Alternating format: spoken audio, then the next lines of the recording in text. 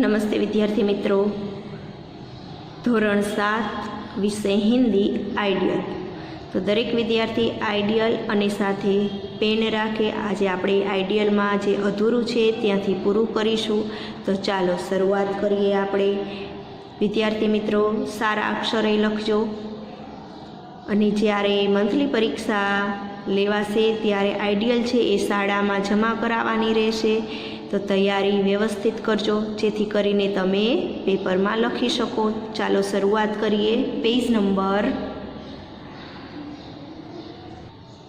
Number 13 त्यांथी आपणे शरूआत करवानी छे। आगळना विडियो में प्रश्न 10 सुधी आपणे लखेलू। त्यार पछी 11मो प्रश्न छे, सेठ की खुशी का पार नहीं था क्योंकि। तो एनो जवाब लखेलो छे।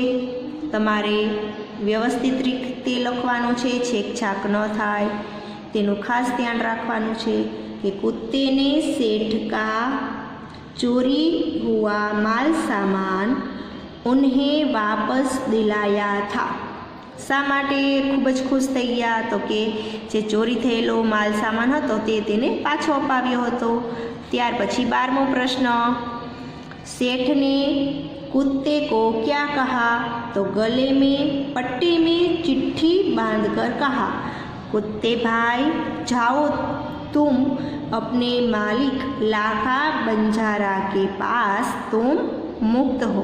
तेने आज़ाद करी दिए छे। त्यार पछी 13मो, लाखा बंजारा कब और क्यों घर वापस आ रहा था?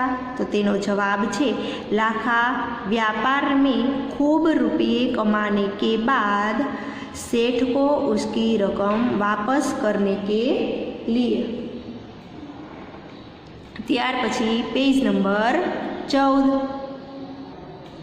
प्रश्न नंबर 14, पेज नंबर 14, प्रश्न 14मो, लाखा ने कुत्ते के गले में क्या देखा?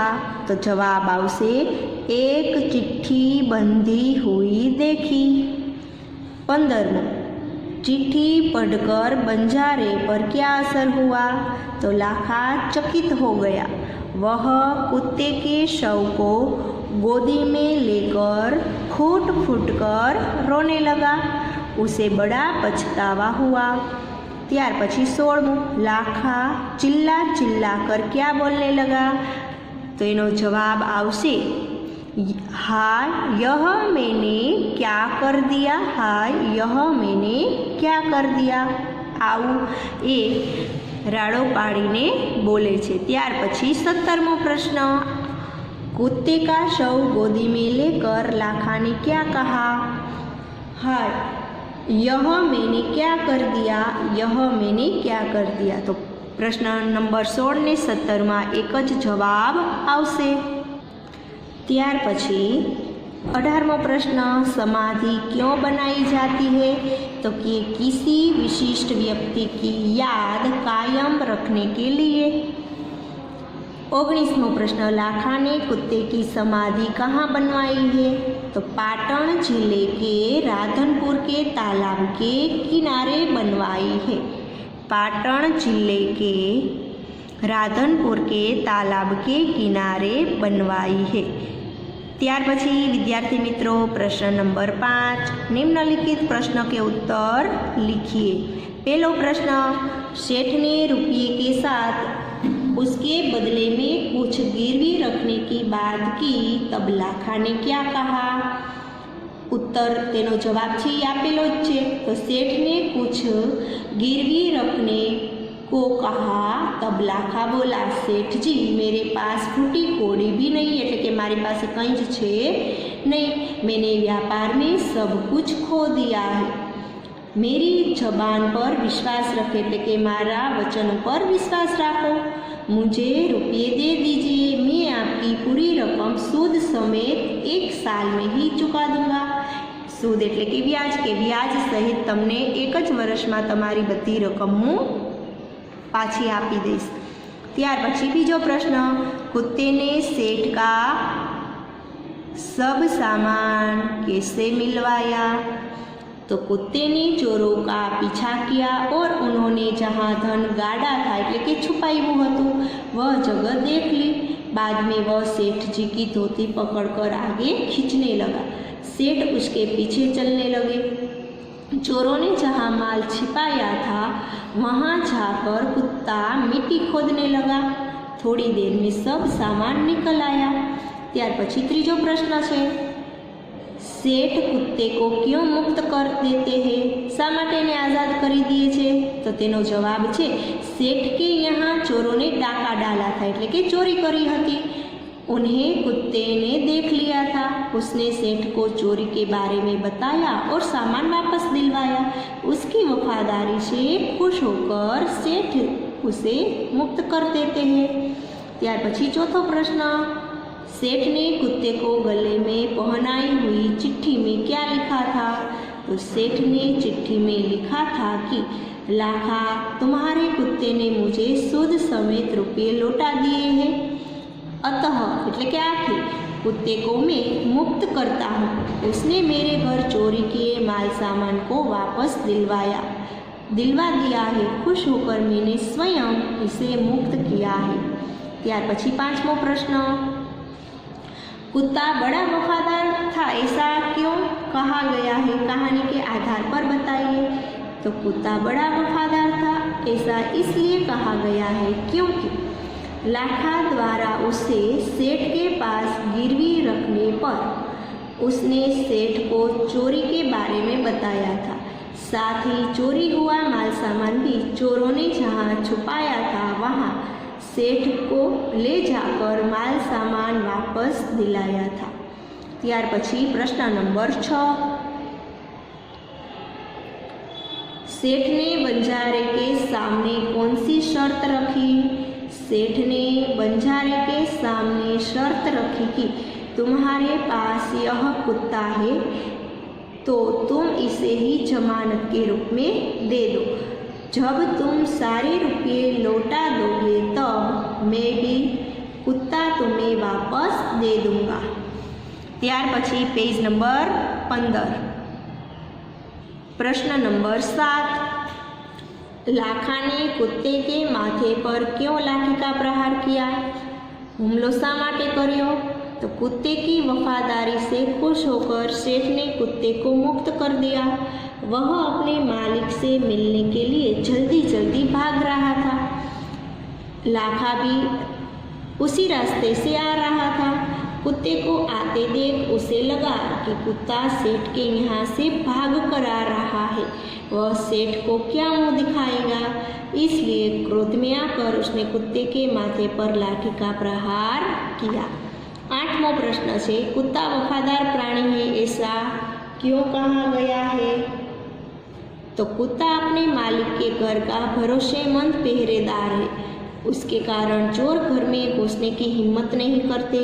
कोई भी अनजान व्यक्ति अंदर नहीं आ सकता। कुछ भी घटना घटने पर वह भौंक भौंक कर मालिक को बताता है। मालिक के लिए कुत्ता अपना जीवन भी कुर्बान कर देता है, इसलिए कुत्ता वफादार प्राणी कहलाता है। ત્યાર પછી 9મો પ્રશ્ન, लाखा बंजारा के बारे में 6-7 वाक्य लिखिए। लाखा एक बंजारा था। वह अपने ऊँटों पर गांवों का माल सामान लाद कर शहर में ले जाता था और वहां से मिश्री, गुड़, मसाले आदि भरकर गांवों तक ले आता था। वह लाखों रुपयों का व्यापार करता था, इसलिए लोग उसे लाखा बंजारा कहते थे। उसके पास एक सुंदर कुत्ता था जो उसका बड़ा वफादार था। लाखा ने रुपयों की ज़रूरत पड़ने पर राधनपुर के सेठ के पास अपने कुत्ते को गिरवी रखा था।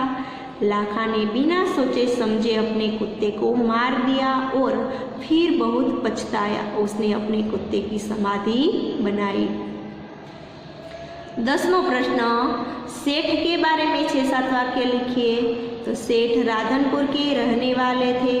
वह लोगों को पैसों की ज़रूरत पड़ने पर वस्तु गिरवी रखकर ब्याज पर धन देते थे, એટલે કે પૈસા। सेठ ने लाखा बंजारे का कुत्ता गिरवी रखकर उसे धन उधार दिया था। कुत्ते ने जब सेठ को चोरी की जानकारी दी और चोरी हुआ माल सामान वापस दिलाया तो सेठ बहुत खुश हो गया। कुत्ते की वफादारी से खुश होकर उसे मुक्त कर दिया और लाखा का कर्ज भी माफ कर दिया। सेठ गुणों की कदर करना चाहते थे। त्यार पछी प्रश्न नंबर 6 रूढ़िप्रयोग है, मुहावरा है। पेलू है हृदय हिला देना, हृदय को द्रवित कर देना। वाक्य है मजदूरों की परिस्थिति देखकर मेरा हृदय हिल गया। 9-2-11 होना, भाग जाना। बिल्ली दूध पीकर 9-2-11 हो गई। त्यार पछी मार खा जाना, नुकसान होना। लाखा व्यापार में मार खा गया। हक्का बक्का रह जाना, तो तेनो जवाब आवशे अर्थ छे चकित होना। वाक्य रमेश पत्र पढ़कर हक्का बक्का रह गया। 5 फुटी कौड़ी न होना, बहुत गरीब होना। उस समय मयूर के पास फुटी कौड़ी भी नहीं थी। 6ठो छे रूढ़िप्रयोग आव देखा न ताव। तो सोच विचार किए बिना ब छे तमारे अहीं रसवाई करवानो छे। सोच विचार किए बिना काम करना। पुलिस को देखकर लोगों ने आव देखा न ताव और भाग गए। त्यार पछी पेज नंबर 16 7मું छे कोई चारा न होना, कोई उपाय न होना। वाक्य छे लाखा बंजारे के पास कोई चारा न था। जबान काट लेना, वचन तोड़ देना। चुनाव के बाद नेताजी अपनी जबान काट लेते हैं। डाका डालना, चोरी करना। डाकुओं ने नगर सेठ के घर डाका डाला। 10मुં फूट फूट कर रोना, बहुत अधिक रोना। प्रतियोगिता से बाहर किए जाने पर जय फूट फूट कर रोने लगा। प्रश्न नंबर 7 सूचना अनुसार लिखिए। यदि आप होते तो क्या करते? मित्रों के साथ चर्चा कीजिए। आ बन्ने प्रश्न एवा छे कि कुत्ते को जमानत पर रखकर सेठ ने पैसे दिए। सेठ की जगह आप होते तो ये तमारे चर्चा करवानी छे। बीजू लाखा ने कुत्ते को बेवफा समझकर लाठी का प्रहार किया। लाखा की जगह आप होते तो क्या करते? त्यार पछी रेखांकित शब्द की संज्ञा पहचानी। जातिवाचक संज्ञा और व्यक्तिवाचक संज्ञा में वर्गीकृत कीजिए। जातिवाचक एमा पूरी जातिनो बोध करावे अने व्यक्तिवाचक में मात्र एक व्यक्तिनो बोध करावे ते। तो हिमालय सबसे ऊंचा पर्वत है, तो हिमालय व्यक्तिवाचक है एटले तमारे हिमालय शब्द शेमा लखवानो? व्यक्तिवाचक में। नर्मदा नदी पवित्र है, तो नर्मदा शेमा आवे? व्यक्तिवाचक। भारत का राष्ट्रध्वज तिरंगा है, तो भारत पण कयुं छे? व्यक्तिवाचक। एकनी ज वात करवामां आवेली छे। जन्मभूमि सबको प्यारी लगती है, तो जन्मभूमि छे ए शेमां आवे? जातिवाचक। पूरी जातिनो बोध करावे। जन्मभूमि शुं छे? जातिवाचक। नेम गुणवर्धक पेड़ है, तो नेम शू छे? व्यक्तिवाचक। महात्मा गांधी भारत के परम व्यक्ति है, तो महात्मा गांधी व्यक्तिवाचक। व्यक्तिओनी बात करवामां आवेली छे। 7मुं हमारे देश के सैनिक बहादुर है, तो सैनिक शेमां आवे? जातिवाचक। दरेक सैनिकनी बात करवामां आवेली छे। गांव को स्वच्छ रखना चाहिए, तो गांव शेमां आवे? जातिवाचक। फलों का रस मधुर होता है, फल शू छे? जातिवाचक। कुत्ता वफादार प्राणी है, तो कुत्ता शेमां आवशे? जातिवाचक। हमेशा गुरु की बात को ध्यान में रखना चाहिए, तो गुरु शू छे? जातिवाचक। हिंदू लोग गाय को माता कहते हैं, तो गाय शेमां आवशे? जातिवाचक संज्ञामां। त्यार पछी पेज नंबर 70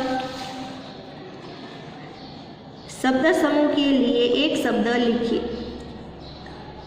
एक विचरती जाति, एटले बंजारा। यात्रा में कुछ समय का ठहराव यानी पड़ाव। किसी के ऊपर बहुत सी वस्तुएं रखना यानी लादना। त्यार पछी निम्नलिखित कहावत का अर्थ लिखिए। अब पछताए होत क्या जब चिड़िया चुग गई खेत। तो नुकसान हो जाने के बाद पछतावा करने से कोई लाभ नहीं होता, इसलिए हमें सोच समझकर सही समय पर सारे काम करने चाहिए। कि જ્યારે સમય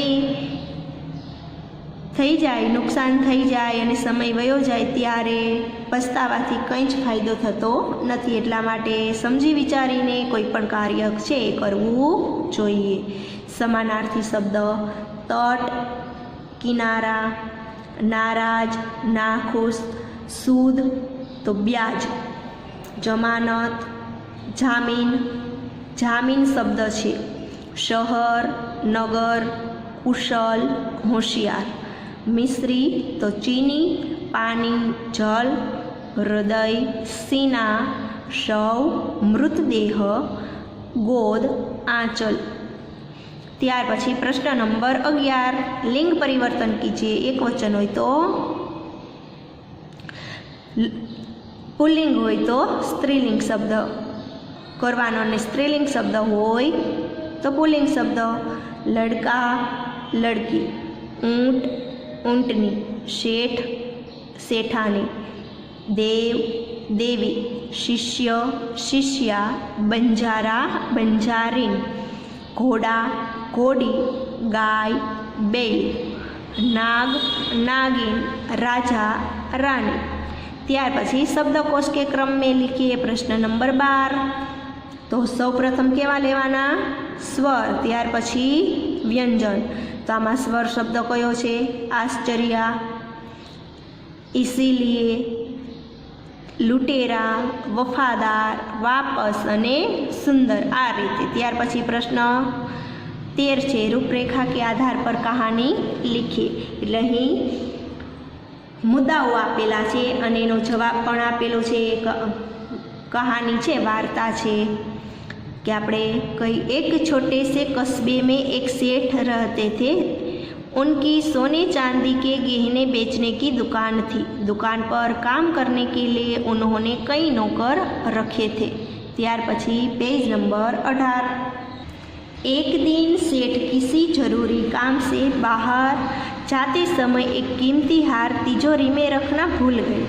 एक नौकर ने मौका देखा और हार चुरा लिया। सेठ ने वापस आकर नौकरों से हार के विषय में पूछा तो किसी ने कुछ भी नहीं बताया। दुकान में भी वह हार नहीं मिला। सेठ को नौकरों द्वारा हार चोरी करने की बात पर शंका हुई। सेठ चतुर था। उन्होंने एक युक्ति की। प्रत्येक नौकर को उन्होंने 7-7 इंच की एक लकड़ी देते हुए कहा, यह जादुई लकड़ी है, तुम सब इसे घर ले जाओ और कल लाकर मुझे दिखाना। जिसने हार चुराया होगा उसकी लकड़ी 1 इंच बढ़ जाएगी। सभी नौकर अपनी अपनी लकड़ी लेकर घर गए।